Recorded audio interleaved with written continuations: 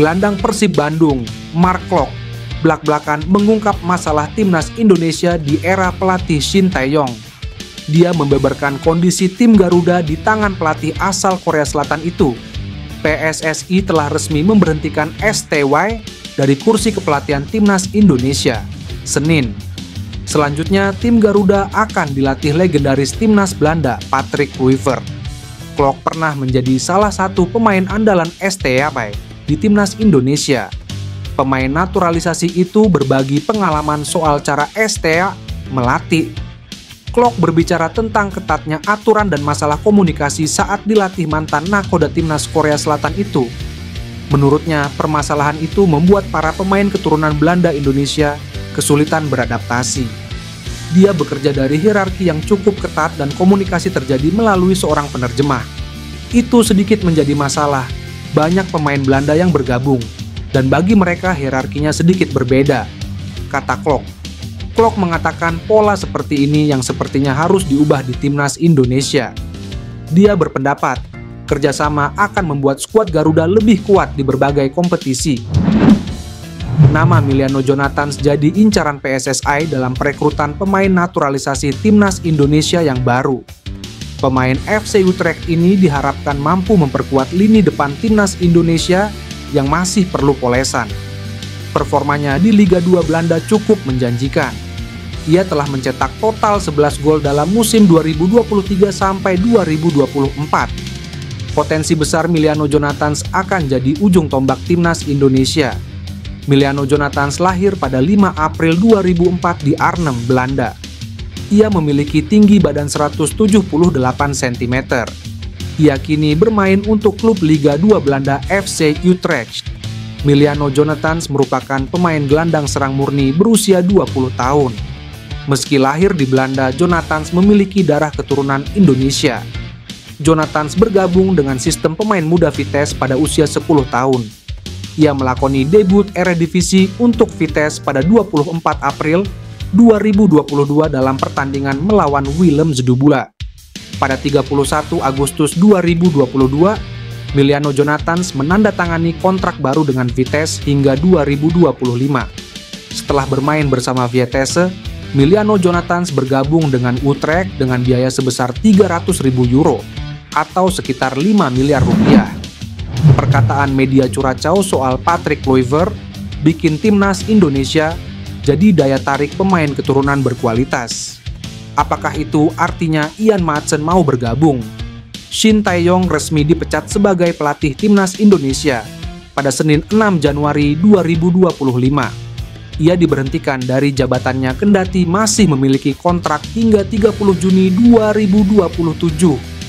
Kluivert Santer diberitakan akan jadi penerus Shin. Warganet langsung bertanya soal kiprah pria asal Belanda itu kepada pengamat sepak bola Curaçao.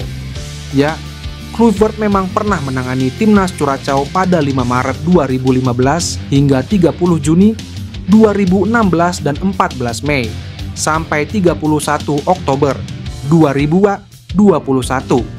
Hal itu membuat penggemar sepak bola Indonesia penasaran seperti apa kinerja sang calon juru taktik.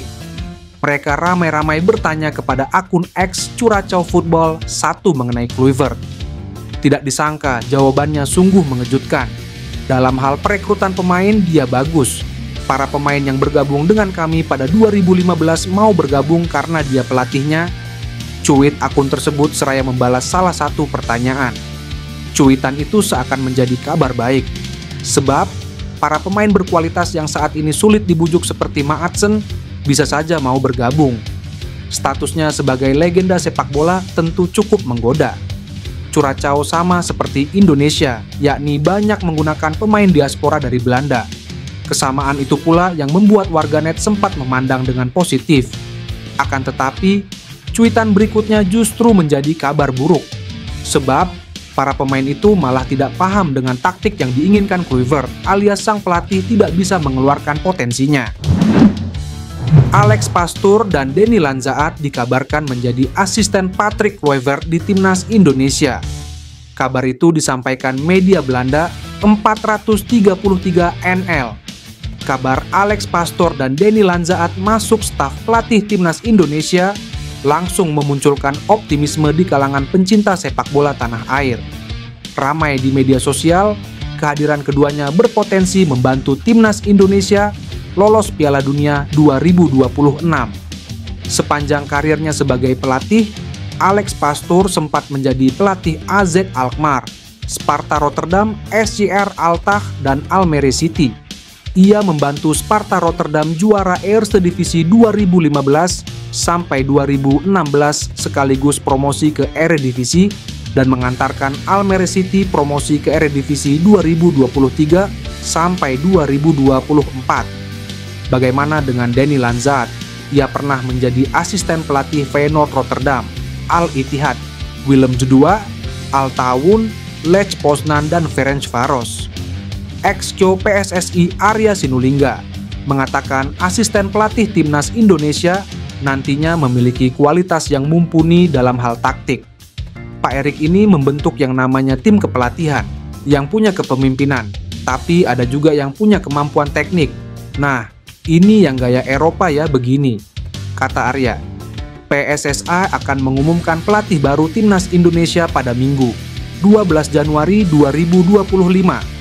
Di hari itu akan diketahui siapa saja staf pelatih timnas Indonesia.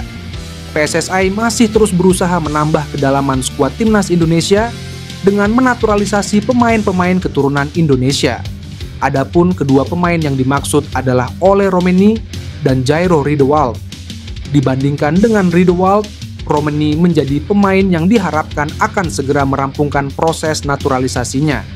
Sementara untuk Riedewald, Erik mengaku sedang melakukan pendekatan dengan gelandang Royal Antwerp itu.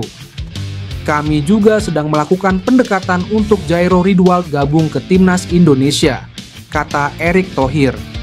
Sementara itu, sejumlah media Belanda membenarkan bahwa Riedewald sedang dikaitkan dengan timnas Indonesia. Voetbal Primeur melaporkan bahwa PSSI sedang sibuk dengan kemungkinan proses naturalisasi Riedewald. Media tersebut melaporkan langkah pertama dalam proses naturalisasi sang pemain terjadi pada bulan September. Voetbal Primeur menilai pemain berusia 28 tahun itu bisa menjadi aset penting bagi timnas Indonesia. PSSI sedang sibuk dengan kemungkinan proses naturalisasi pemain Royal Antwerp FC Jairo Riedewald, tulis Voetbal Primeur. Jika berhasil mendapatkan Riedewald, pengaruh pemain-pemain keturunan Belanda akan semakin besar di timnas Indonesia. Sebelumnya, timnas Indonesia sudah memiliki banyak pemain keturunan Belanda. Riedewald telah bermain sebanyak 3 kali untuk timnas Belanda di kualifikasi Piala Eropa pada 2015 silam.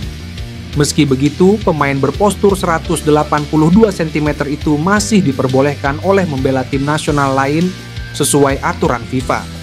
Voetbal Primeur menilai kehadiran Riedewald bisa memperbesar peluang Indonesia untuk lolos ke Piala Dunia 2026. Petinggi media asal Belanda, Danny van Laar, membuat pernyataan mengejutkan. Di channel YouTube medianya, Voetbal Primeur, Danny van Laar mengatakan bek Leeds United tersebut diizinkan membela timnas Indonesia. Hanya saja, tidak diketahui secara pasti apa arti diizinkan yang dimaksud di sini. Dalam obrolan yang sama, Danny van Laar mengatakan Kevin Dix dan Ole Romeni dalam proses menjadi WNI. Benar saja sebulan berselang, Kevin Dix resmi menjadi WNI. Sementara Ole Romeni diperkirakan mendapatkan paspor Indonesia pada Februari atau Maret 2025.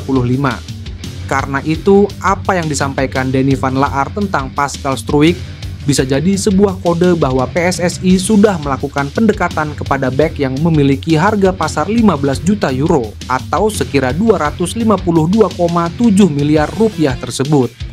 Jika bersedia menjadi WNI, Pascal Struijk kemungkinan baru akan diperkenalkan kepada publik Indonesia pada Maret 2025. Alhasil, Pascal Struijk kemungkinan baru membela timnas Indonesia pada Juni 2025. Di bulan tersebut, timnas Indonesia akan menjamu Cina dan tandang ke markas Jepang di matchday 9 dan 10 grup C kualifikasi Piala Dunia 2026 zona Asia